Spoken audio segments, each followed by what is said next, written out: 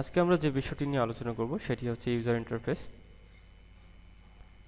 User interface বলতে আমরা অ্যাপ্লিকেশনের ডিজাইনকেই বুঝি। যেমন আমরা সিম্পলি একটা ক্যালকুলেটরের ডিজাইন দেখতে পারি, যেখানে যে ডিজাইনটি আমরা দেখতে পাচ্ছি এটি হচ্ছে ইউজার ইন্টারফেস। তো আজকে আমরা আমাদের প্রথম প্রজেক্ট শুরু করব। আমরা গত পর্বে ভিজুয়াল স্টুডিও ইনস্টল পর্বটি শেষ করেছি।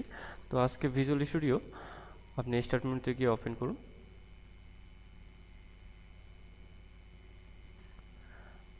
এখন আমরা আমাদের নতুন প্রজেক্টটি শুরু করতে যাব, যেটাতে আমরা আজকে ইউজার ইন্টারফেস নিয়ে আলোচনা করব।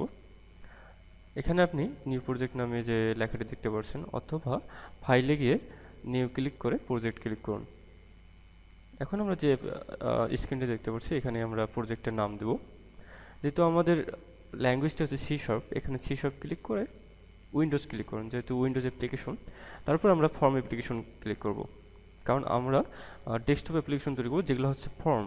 যেমন আমরা ক্যালকুলেটরটি দেখতে পারি, এটা একটা উইন্ডোজ ফর্ম।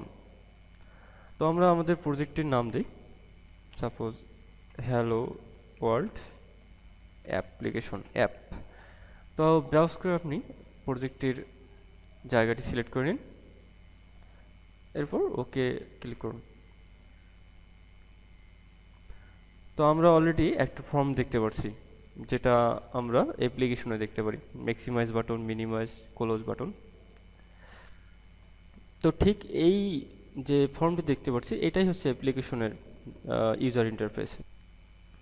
এখন আপনি কিবোর্ড থেকে F5 নামের যে কিটা আছে সেটা খুঁজে বের করে প্রেস করুন।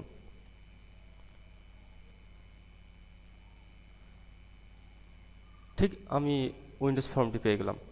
আপনি দেখেন আমাদের যে ক্যালকুলেটরটি দেখতে পাচ্ছি আর এই ফর্মটি, ঠিক ফর্ম দুটো একই রকম। মানে আমাদের অ্যাপ্লিকেশনের ইনিশিয়াল লেভেলটা তৈরি হয়ে গেছে। এখন আমাদের ডিজাইন মানে ইউজার ইন্টারফেস এবং কোডিং করার ব্যাপারটা পরে আসতেছি। তো আমাদের এই যে ফর্মটা দেখতে পাচ্ছি সেটার কাজটুকু হয়ে গেছে। তো এখন আমরা ইউজার ইন্টারফেসে চলে যাব। তো আজকে আমরা একটা ছোট একটা অ্যাপ্লিকেশন তৈরি করবো, হ্যালো ওয়ার্ল্ড অ্যাপ্লিকেশন। তো আমরা এখন এটাকে আমরা ড্র্যাগ করে নিতে পারি, যে কোনোভাবে ছোট বড় করে নিতে পারি। এখন আমাদের যে বিষয়টি নিয়ে ক্লিয়ার হতে হবে, ভিউয়ে গিয়ে আমরা টুল বক্সে ক্লিক করব। ঠিক টুল বক্সে ক্লিক করার সঙ্গে সঙ্গে আপনি অনেকগুলো কন্ট্রোল দেখতে পারবেন, অল উইন্ডোজ ফর্ম।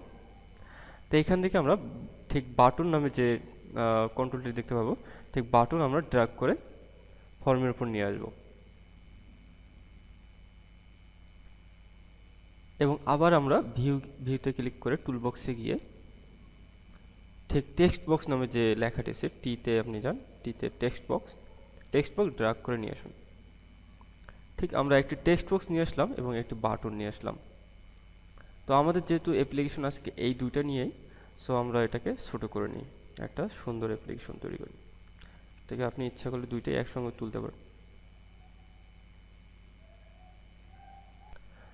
তো আমি চাচ্ছি যে এখানে আমি যা লিখবো তা বাটনে ক্লিক করলে সেই লেখাটি আমাকে দেখাবে, হ্যালো হ্যালো জানাবে। তো আমরা আজকে এই অ্যাপ্লিকেশনটা তৈরি করব। তো এই যে আমরা বাটন এবং টেক্সট বক্স নিয়ে যে ডিজাইনটি তৈরি করলাম, এটাকে ইউজার ইন্টারফেস বলে।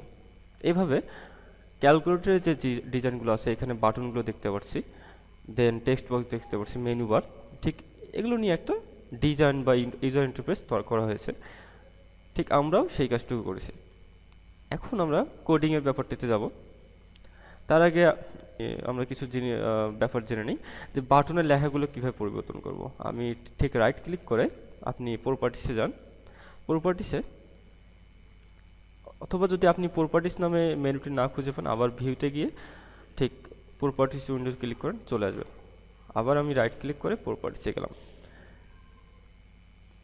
ঠিক এখানে টেক্সটের ডানে যে লেখাটি দেখতে পারবেন, বাটন 1, আপনি বাটন 1-এ যাই লিখবেন ঠিক সেটাই প্রিন্ট হবে, সেটাই বাটন 1-এ লেখাটিকে রিপ্লেস করবে। সাপোজ আমি এখানে লিখলাম ক্লিক মি,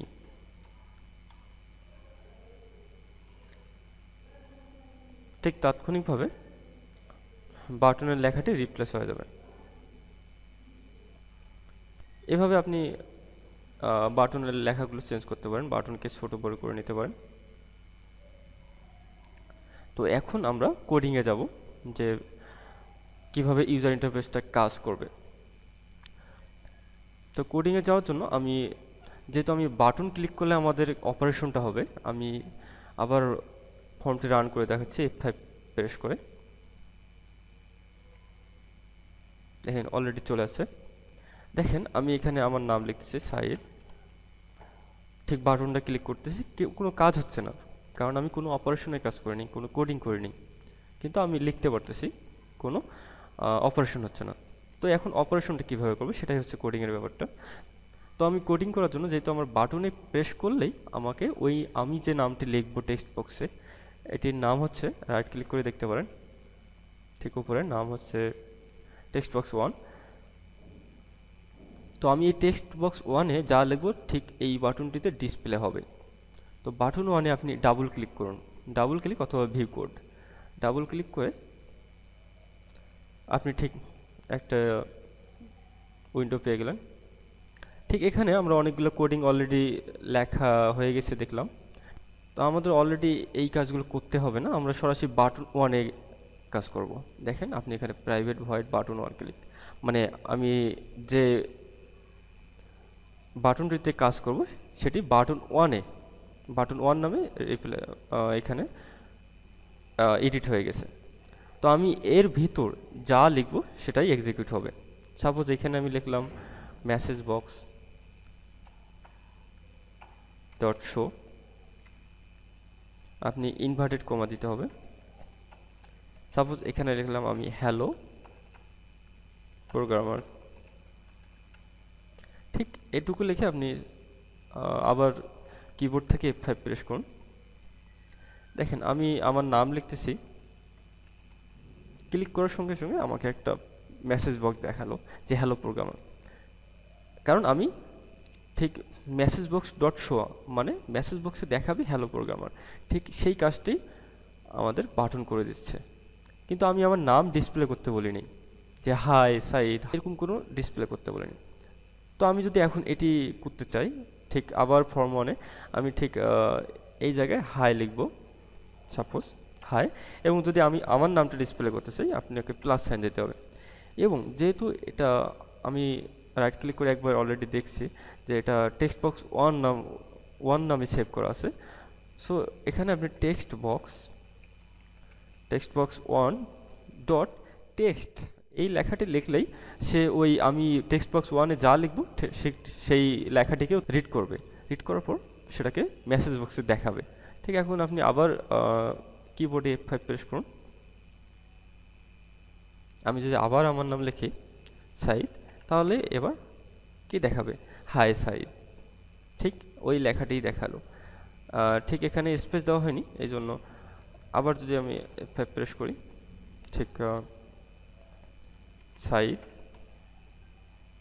হাই সাইদ, ঠিক এভাবেই আমরা কোনো কিছু মেসেজ বক্সে দেখাবো। তো আমাদের ইউজার ইন্টারফেসের ইনিশিয়াল লেভেল এতটুকু পর্যন্তই আজকে ছিল। আমরা পরবর্তীতে ফর্মের প্রপার্টিস নিয়ে আলোচনা করার চেষ্টা করব। তো এভাবে আমরা একটা সিম্পলি অ্যাপ্লিকেশন ডেভেলপ করতে পারি।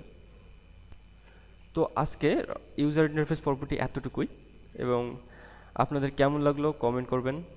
তো ধন্যবাদ সবাইকে, ভালো থাকবেন।